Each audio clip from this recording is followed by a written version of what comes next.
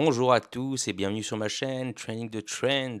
On se retrouve aujourd'hui, dimanche 10 avril, pour parler non pas des élections présidentielles, dont c'est le premier tour, avec me semble-t-il déjà une abstention en hausse, mais ça c'était attendu. Surtout pour vous donner un récapitulatif un petit peu de l'espace DeFi qui fait suite au premier bilan que j'ai fait déjà il y a une semaine sur les Titano Fork. C'est pour ça qu'on démarre sur la page de Titano. Le cours du prix pour l'instant semble se reprendre après avoir plongé assez fortement. C'était plutôt attendu que ça se reprenne au bout d'un moment tout de même, comme je vous l'avais indiqué déjà. On sent que l'espace commence à être saturé, ce qui était déjà mon premier constat la dernière fois. Et là, ça en devient un point où je pense même participer à des pré-sales un peu random, ça devient pas rentable. Et même l'inverse, on est en perte. Ça a été le cas pour moi sur Triple R. Je suis entré avec 0,5 BNB, je suis sorti à 0,35. Ça, c'était le prix de lancement. Et jamais on n'a pu atteindre le prix de lancement. Ça n'a fait que corriger. Je suis sorti ici personnellement à 0,35 BNB. Du coup, je pense que c'était ma dernière ID ou un peu random. J'ai suffisamment gagné par le passé pour ne pas me plaindre de cette perte que j'ai subie ici de 0,15 BNB, puisque, comme vous le savez, j'ai pu rentrer et sortir par exemple sur des projets peu prometteurs comme il dit là. Est-ce que je l'ai quelque part ici? Oui, ici c'est aussi en train de se cracher. Par contre, ici, il y avait une plus-value à faire. Il y avait même deux portes de sortie, si je me trompe pas. Oui, la première ici et la deuxième que j'ai prise. Il y a eu 6C24 qui s'est launch récemment. On a pu voir que ça s'est craché assez largement. Alors ce projet-là, je ne suis pas rentré. Mais il y avait une porte de sortie au départ, assez brève. Il y a eu un pump au départ ensuite pour un crash qui est largement en dessous du prix de lancement, même de pre-sale, qui était aux environs de 3 dollars. Là, on est aux alentours de 1,50 $. Le seul truc qui s'en sort un peu au niveau des lancements récents, c'est Elon Bank. Alors, j'en ai pas forcément parlé parce que rien que le nom ne me faisait pas rêver plus que ça. Mais bon, bah, vous voyez que ça a pu pump. On va voir de combien d'ailleurs. 500, 400%, donc vraiment une performance pas mal, mais là je ne saurais pas vous juger de lesquels seront les bons dans ces trucs un peu random. Pareil pour Wall Street Finance sur lequel j'ai sorti déjà la majorité de mes assets, il m'en reste encore un petit peu, mais vous voyez que le prix se crache complètement et je vais sûrement lock ce qui me reste en suivant le plan de jeu que j'avais prévu pour Wall Street Finance. Donc je suis sorti globalement ici. Alors là, quand on a perdu ce support là, je me suis dit c'est le moment de se barrer, de retirer son investissement principal et il m'en reste un tout petit peu pour vraiment essayer de jouer le jeu de la plateforme, voir si ça se passe bien. J'ai pas de grande confiance dessus, mais bon, comme j'ai déjà retiré mon investissement principal, je m'en fiche un peu de comment ça peut se comporter. Si ça se renverse, tant mieux. Sinon, eh bien, tant pis, ma foi, hein. Là, en ce moment, je m'attache plutôt à identifier les projets forts pour voir s'il y a des portes d'entrée, etc., qui peuvent être intéressantes. Alors, honnêtement, non. J'ai pas tellement envie de rentrer dans des projets en ce moment. Mais je vais vous en parler. Si c'est quelque chose qui vous intéresse dans cet espace et que vous n'avez pas encore mis des billes dedans, par exemple, et que ça vous intéresse de rentrer, bien sûr, le premier, c'est Titano, qui est toujours dans une position intéressante. Alors, j'ai vidé le cache récemment, du coup, ça virait tous mes indicateurs du même coup. Je vais refaire ce que je vous ai fait avant. Hop, on va prendre le Fibonacci. On est repassé légèrement au-dessus des 0,618. Après, je pense qu'il y a une possibilité pour que ça retombe, alors pas forcément aussi bas, mais qu'on revienne dans cette zone-là, encore une fois, à minima, pour créer une structure de bottom, c'est-à-dire le retester plusieurs fois avec, pourquoi pas, des divergences boules sur le RSI.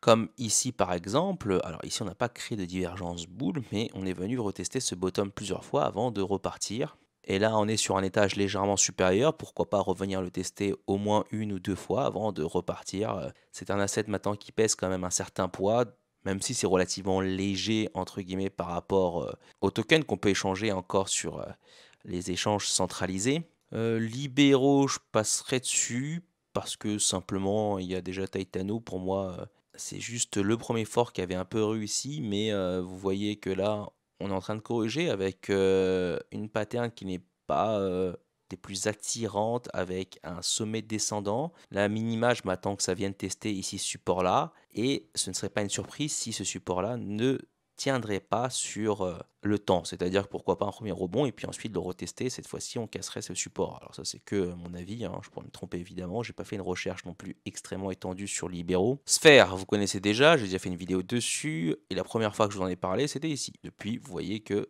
on a fait une super performance. D'ailleurs, si vous voulez que je vous montre mon compte de Sphere, le voici et vous pouvez aller voir ma première vidéo. Vous pouvez même comparer le nombre de tokens qu'il y avait avant. Bien sûr, ça a augmenté au jour le jour, mais si vous faites les maths, si vous calculez, vous saurez que je n'ai ajouté absolument aucun sou dessus. J'avais 275 $, 270 $ au moment où je tournais la vidéo en termes de valeur de dollars. Et depuis, vous voyez que ça a explosé. Et à plusieurs reprises, en vous reparlant de Sphere, je vous ai dit, je ne suis pas intéressé par la vente de cet asset. Parce que c'est un asset fort que j'ai identifié. Et dans ce cas-là, je vais jouer le jeu du rebase et du long terme, à savoir laisser les intérêts composés se faire et retirer dans un temps plutôt lointain. Après, en daily, on peut voir que le RSI est dans une critique. On va créer une première divergence bear, à mon avis, à moins que le cours explose et qu'on vienne péter ce sommet-là. Ce serait possible, hein. Il n'est qu'à 83 de RSI entre guillemets. Alors, si vous êtes en finance traditionnelle, c'est très élevé. En crypto, sur un asset jeune, pas tant que ça. Donc, on pourrait pourquoi pas aller percer ce plafond-là. Autrement, s'il y a des divergences bear qui se créent en daily, je m'attends que ça se fasse sur plusieurs vagues, qu'il y ait au moins 2-3 drives, c'est-à-dire qu'on vienne pumper encore quelques fois, c'est-à-dire 1 à 2 fois au-dessus de cet ATH-là, pas forcément beaucoup plus élevé, mais disons vers les 6000 par exemple, avant une correction. Et je vous avais indiqué l'autre tips, notamment sur ces assets-là, c'est de jouer les MA10. Ici, on a vu un rebond. Là, pareil, on touche les MA10, un rebond à nouveau. Donc la prochaine fois, pourquoi pas à nouveau un rebond encore. Après, au bout d'un moment, bien sûr, ça va casser, même si statistiquement, je pense que la prochaine fois, le rebond est encore favorable lors d'une correction au niveau de l'EMA10, simplement parce que le RSI est encore très élevé, à moins bien sûr d'une catastrophe, une mauvaise nouvelle, un hack, etc., qui fait que le cours s'effondre tout d'un coup. On est à l'abri, bien entendu, de rien, en sachant que la Sphère engrange les partenariats à son avantage. Les autres protocoles viennent chercher Sphère pour que Sphère manage leur trésorerie. Et bien sûr, des choses sont à prévoir sur les mois à venir sur Sphère qui, je pense, pourraient exploser bien davantage, à savoir un bridge sur la BSC, puis un bridge sur Avalanche, enfin un bridge, en tout cas une manière d'aller cross-chain, même si j'attends de voir ça, comment ça va être fait, si ça va être fluide ou pas, parce que comme vous le savez, c'est quelque chose sur lequel j'ai beaucoup d'attentes, même si jusque-là c'est un peu foireux. On va voir comment elles s'en sortent. Pour l'instant, écoutez, sur la partie dont ils sont experts, c'est-à-dire les investissements, ils réussissent très bien et on vient même les chercher aujourd'hui avec notamment plusieurs projets. Donc ça, c'est un des projets que je hold. Titano, pareil. Alors dessus, j'avais pas mis grand-chose en même temps au début, mais c'était le premier que j'ai testé quand j'ai découvert cet espace et c'était vers ici. Vous pouvez aller voir ma vidéo en février. Vous voyez que j'avais mis environ 80 $ à l'époque. Et on peut aller voir le compte Titano, comment il se comporte. Alors, pas grand-chose depuis la dernière vidéo, hein, à part que le prix qui a rebondi. Du coup, j'ai des profits un peu plus élevés, mais bon, ma foi, rien d'extraordinaire. 130 $ par rapport à la mise de départ. Donc, si vous faites 130, enfin 128 moins les 208, moins les 207, vous tombez sur les 80 $ dont je vous parlais. Au départ, je devais avoir quelque chose comme 600, 700 Titano, quelque chose comme ça. Là, j'en ai 1549. Je vais laisser courir ça. C'est le projet principal, j'en ai déjà parlé assez largement la dernière fois, notamment sur leur DEX interne à venir. Je vous invite à aller voir cette vidéo si ça n'est pas fait, sur le premier bilan de cet espace. Là, je vais passer un peu plus vite sur cet espace. Alors là, simplement pour vous parler de la prochaine tendance DeFi qui est en train d'arriver et dont je pense vous vous doutez déjà de ce qui va se passer, même si je regarde d'autres choses sur le côté. Alors j'ai beaucoup moins de temps là, mais vraiment, vous vous imaginez pas à quel point je suis extrêmement tendu sur le temps que j'ai. J'essaie d'en dégager, mais c'est pas très facile. Et peut-être lors des live calls que je fais sur mon Discord, d'ailleurs, il y en a un aujourd'hui à 19h, je pourrais vous parler un peu plus de ce qui se passe dans ma vie et pourquoi j'ai moins de temps, même si j'aurais aimé avoir plus de temps, parce que je pense avoir un edge, c'est-à-dire un avantage dans cet espace qui me permet une certaine compréhension pour aller plutôt dans les tendances. Ici, je vais laisser courir ça, donc ça fait déjà 2 mois, on va aller sur 300 jours, hop, 299, peu importe. Et je devrais me retrouver avec 430 000 Titano. Je m'en fiche un peu du prix, mais c'est surtout le nombre de Titano qui m'intéresse. Parce que je pense que ce projet sera toujours là. Ils ont beaucoup de trésorerie, beaucoup d'avance sur le reste et ils ont des projets aussi à venir en sachant qu'ils doivent innover et proposer des nouvelles choses, ce qu'ils sont en train de faire. Autre projet que je hold, le troisième, c'est Highpoint. Alors ça ne veut pas dire que parce que je hold ces projets-là, forcément ça va être un fantastique. Là on est revenu au prix de départ, bien entendu grâce au airdrop dont les premiers hodlers ont bénéficié, mais aussi grâce au rebase, etc. On est positif. Donc au moment où j'avais investi, c'était 10 AVAX qui correspondait environ à 850 $, 900 $ de valeur. Vous voyez que je suis toujours à 1000 $ de plus par rapport à mon investissement de départ. Alors il faudra retirer les 20% bien entendu si je vends, ce qui fait tomber ce total environ à 1500 $, soit une plus-value environ de 500-600 $ depuis le début. Pour l'instant, je le garde parce que sur iPond, j'attends de voir ce que la team va proposer. Ils sont une très large team avec des compétences diverses. Ils ont à cœur de développer leur écosystème. J'attends de voir les premiers lancements. Si c'est foireux, le prix va s'effondrer. C'est-à-dire que s'ils proposent des premières extensions de leur écosystème et que ça ne marche pas très bien, voire le contraire, là, effectivement, ça risque de s'effondrer. Mais c'est un risque que je prends en toute conscience. Une autre courbe qui est pas mal, c'est celle d'Aura. Alors, je ne connais pas trop le projet dans les détails, je n'ai pas regardé ni l'audit s'il y en a un, ni le white paper. Juste au niveau de la courbe, on voit que c'est pas mal, on est toujours en zone intéressante d'achat. Si vous êtes bullish sur ce projet et que vous le connaissez un petit peu, on vient tirer le Fibonacci, bien la formule. Et disons que sur des assets aussi jeunes, ce niveau d'analyse technique suffit assez largement. C'est pas la peine de rentrer dans un truc ultra compliqué. Je vous montre juste rapidement, par exemple, sur le Bitcoin.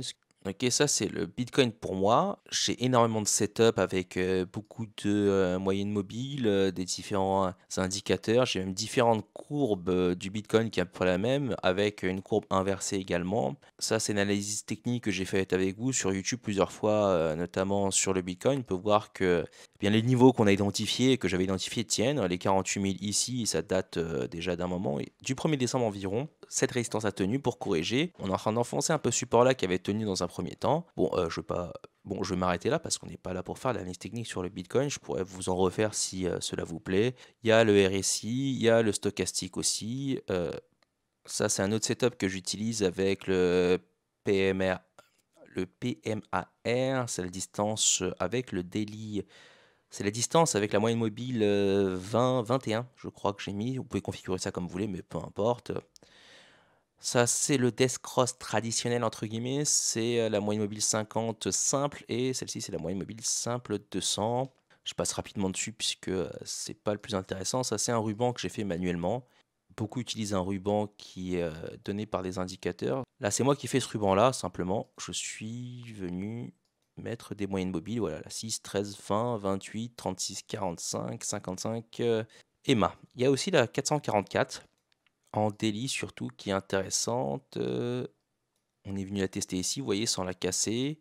Ici, ça a cassé. Là, on est repassé à nouveau au-dessus et on s'établit légèrement au-dessus pour le moment. Bon, je parlerai de ça peut-être une autre fois si ces analyses vous intéressent. Mais ça n'a pas l'air d'être trop le cas au vu de la popularité de ces vidéos-là sur ma chaîne. Ça, c'est un indicateur de volatilité et en bas, c'est l'accumulation-distribution. Alors ça, c'est quelque chose que j'utilise mois par mois. Le mois dernier, c'était un mois d'accumulation. Là, on est en train de distribuer un petit peu. Ah, ça, c'est un truc intéressant que j'avais bien aimé. Je vais vous montrer. Alors ça aussi, c'est le PMAR, mais utilisé autrement. Et pour modéliser la volatilité qui était descendante, c'est-à-dire qu'on vient inverser la tendance à chaque borne, mais en resserrant justement ces moments-là, vous pouvez voir qu'il y a eu un top, deux tops, trois tops, quatre tops qui ont été assez bien identifiés, dont le dernier, et les bottoms également, alors celui-là un peu plus profond. Et là, on serait sur une zone de rebond selon cet indicateur-là. Alors ça, c'est un truc fait main, enfin configuré à la main, vous pouvez pas l'avoir comme ça directement. Là, on serait sur une zone de rebond. Les 48 000 ont été identifiés ici. Ici, à l'époque, on avait identifié les 44 000 grâce à cet indicateur-là. Alors, c'est pas parfait, mais en combinant plusieurs choses, vous pouvez avoir une idée un peu meilleure de ce qui se passe. Ça, c'est le MACD qui est connu de tous. Ça, c'est le S&P sur les marchés traditionnels. Et je dois avoir une courbe pour les spreads. Voilà. Alors, c'est pas le seul truc que j'utilise pour les spreads, mais ça, c'est un truc aussi que vous pouvez fabriquer manuellement en rentrant les valeurs directement dans TradingView. Ouais, tout ça pour dire que, en fait, là, on est sur des assets relativement jeunes avec peu de data. Ne vous compliquez pas la vie, même sur le Bitcoin. Il faut, en tout cas pour mon cas, ce que je fais, c'est que je me fie d'abord aux indicateurs simples, à ma courbe principale, et ensuite, je regarde s'il y a de la confluence sur d'autres indicateurs.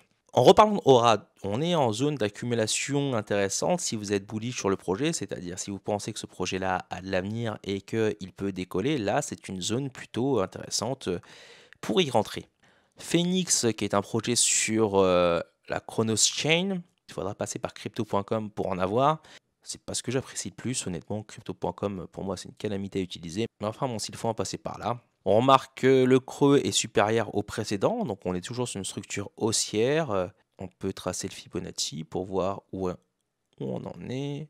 La base, ce sont les 61.8, donc ça, c'est ce que j'appellerais plutôt un asset fort, entre guillemets, c'est-à-dire qui corrige moins que les autres. Graphiquement, ça a l'air pas mal comme zone d'entrée. Sur Phoenix, j'ai fait une review, donc je connais un peu le projet, vous pouvez aller voir la vidéo si ça vous intéresse. Ils vont proposer, enfin en tout cas, c'est ce qu'ils disent sur la roadmap, ils vont proposer des use cases avec un coffre-fort, avec un launchpad également, en tout cas une incubation pour lancer d'autres projets. Si ce serait fait, ce serait plutôt intéressant, donc pourquoi pas rentrer dans ce projet à ces niveaux-là. Pour l'instant, non, ça ne m'intéresse absolument pas. Mais si vous cherchez à vous exposer un peu plus à cet espace, la stratégie que j'adopterai en ce moment, c'est d'identifier les assets forts, lesquels pourront proposer un avenir plutôt radieux, entre guillemets, et miser sur cela plutôt que sur des launchs un peu improbables. Une des dernières IDO que je ferai dans ce domaine, pour le moment, cela pourrait changer dans le futur, bien entendu, hein, il suffit que des choses bullish reviennent sur ce secteur-là pour que ça reparte vers le haut également. C'est Aria Token dont je vous ai parlé, je pense que ça fera un truc à la high point, donc si vous n'êtes pas dans la pre-sale, attendez la correction. Ce qui est bullish pour moi, c'est que vous voyez ici, c'est KYC par l'Obsidian Console, et avec une redistribution notamment en stablecoin, quelque chose d'un peu différent de ce qui est proposé d'habitude, et également un nouveau partenaire de Sphere à la demande d'Aria. Aria est allé voir Sphere, d'ailleurs, j'ai vu ça quasi en direct. Je connaissais d'ailleurs les deux parties. Alors, c'est pas moi qui les ai mis en contact, hein, loin de là, hein. Ils ont fait ça très bien entre eux et ça s'est fait assez rapidement, je crois, en quelques heures seulement. Un autre projet qui n'est pas encore launch, ce sera le cas le 29 avril, c'est Million Dollar Baby. Ce ne sera pas basé sur, mais plutôt un asset déflationniste où ils vont être actifs dessus pour faire monter le cours du token qu'ils vont proposer et ainsi vous permettre d'avoir un plus haut pourcentage du market cap avec votre bague de token. Pareil, c'est KYC par l'Obsidian Console et il me semble aussi qu'ils ont fait appel à Sphere. Là, ce serait intéressant si vous arrivez à entrer dans la pre-sale. Il faut aller voir ça sur leur Discord. La nouvelle tendance de ce mois d'avril, bien sûr, vous la connaissez, c'est Baked Beans. Ce projet aux fondations basé sur une pompe dynamics avancée, c'est-à-dire que il faut mettre des sous pour alimenter ceux qui en ont déjà mis, mais ça force aussi ceux qui profitent du système, s'ils veulent continuer à en profiter, de remettre leurs investissements. Donc dans ce cas-là, de rebake. Je ne vais pas tout vous décrire comment cela fonctionne. J'ai déjà fait 2 vidéos sur Baked Beans. Il y a déjà 2 épisodes que je vous invite à aller regarder si cela vous intéresse. On a vu des forks popper un peu partout. Je vous en ai présenté 5, je crois. J'en ai encore 2 dans le tiroir, dont un qui va se lancer dans un peu plus de 2 jours avec des choses intéressantes. Les forks que je vous ai présentés, il y a notamment de Vineyard avec un dépôt maximum de 300 Matic, Ruby Mine sur Avalanche, Spooky Miner sur Phantom, et Money Laundry sur Phantom également. Là, on est au début de tous ces forks, même si Baked Beans existe depuis un certain temps, elle s'est fait connaître surtout ces derniers temps, ce qui fait que l'espace a complètement explosé. Là, vous le voyez, au moment où je tourne cette vidéo, il y a plus de 20 000 BNB dans le contrat. C'est énormissime. Ça correspond à plus de 8 millions de dollars dans le contrat, 8 millions et demi si je rafraîchis. Voilà, 8 millions et demi. Alors jusqu'où ça va aller, parce que bon, au bout d'un moment, les gens vont être à court de BNB entre guillemets. Cela dit, au vu du contrat qui est immuable, ça ne peut pas se casser la gueule du jour au lendemain. Par contre, si ici vous voyez le plafond qui vient, qui commence à se tarir et à créer un effet de top au niveau du TVL, TVL d'ailleurs que je suis au jour le jour en vous mettant ces nombres-là, je rentre simplement un nombre comme ça tous les soirs. Par exemple, ici je marque 22 000, vous allez voir que la courbe va progresser. Voilà. Donc j'efface ça parce que la donnée n'est pas encore finie. Ce sera ce soir que je mettrai cette donnée-là. Et vous avez ainsi la courbe de l'évolution du TVL. Vous voyez que la pente s'est accentuée un petit peu. On est encore en phase ascendante.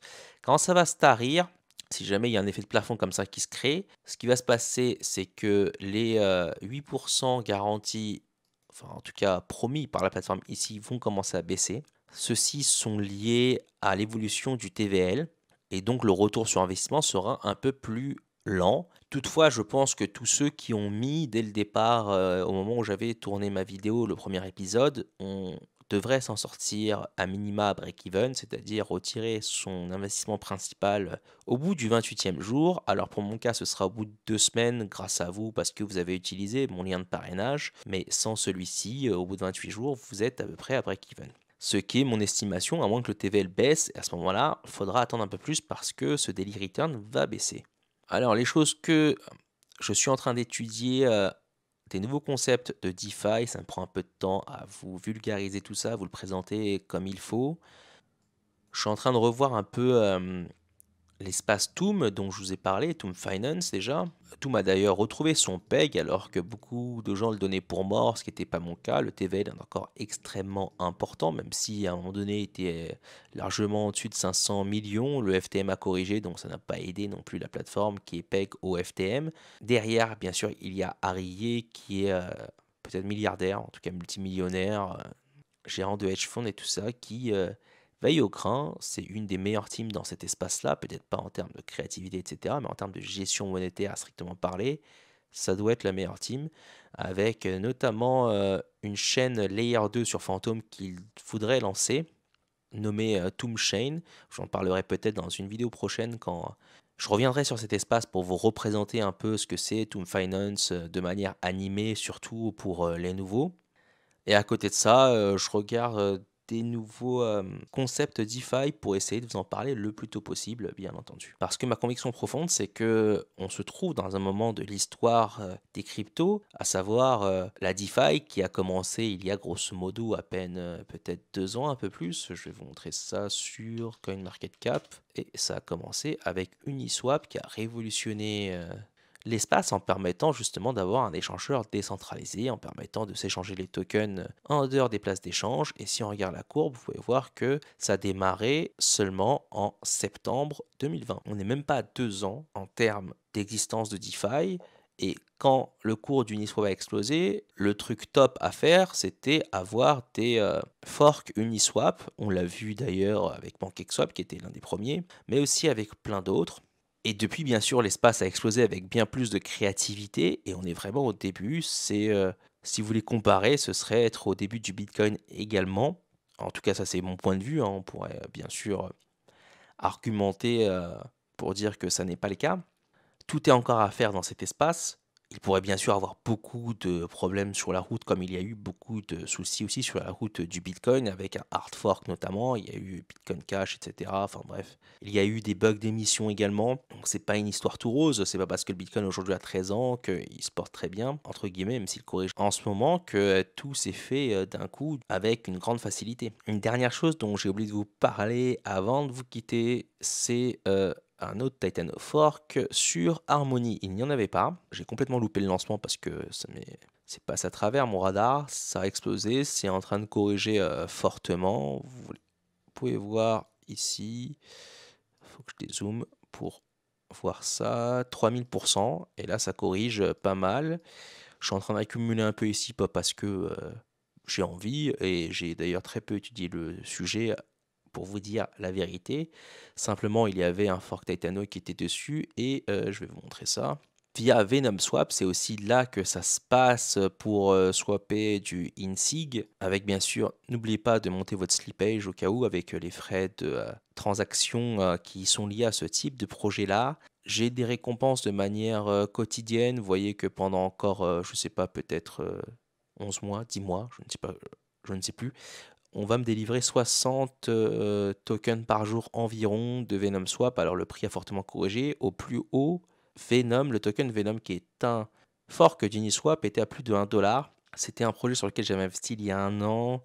J'avais dû mettre 500 $. Et quand j'ai retiré pour cash out, j'étais à 1500 $ environ. J'ai fait un x3. Et surtout, j'avais pu accumuler des récompenses lock. Aller m'être donc donné un an après, on est un an après, et ces récompenses commencent à tomber sur mon portefeuille, comme vous voyez là. J'ai retiré juste avant la vidéo pour acheter du INSIG, parce que je ne sais pas quoi faire de ces tokens. Ils valent presque rien, donc je les swap pour des One, et ensuite avec le One, je swap pour du INSIG. Je vous mettrai l'adresse du site de INSIG si ça vous intéresse. J'y suis seulement allé sans même regarder ce que ça fait le truc, juste parce que c'est sur Harmony et qu'il n'y a rien sur cet espace en termes de Titano Fork. Le peu que j'en ai vu, c'est qu'ils ne sont pas très actifs en ce moment sur leur partie marketing, sur laquelle ils avaient dit qu'ils travailleraient. Pour l'instant, c'est pas le cas.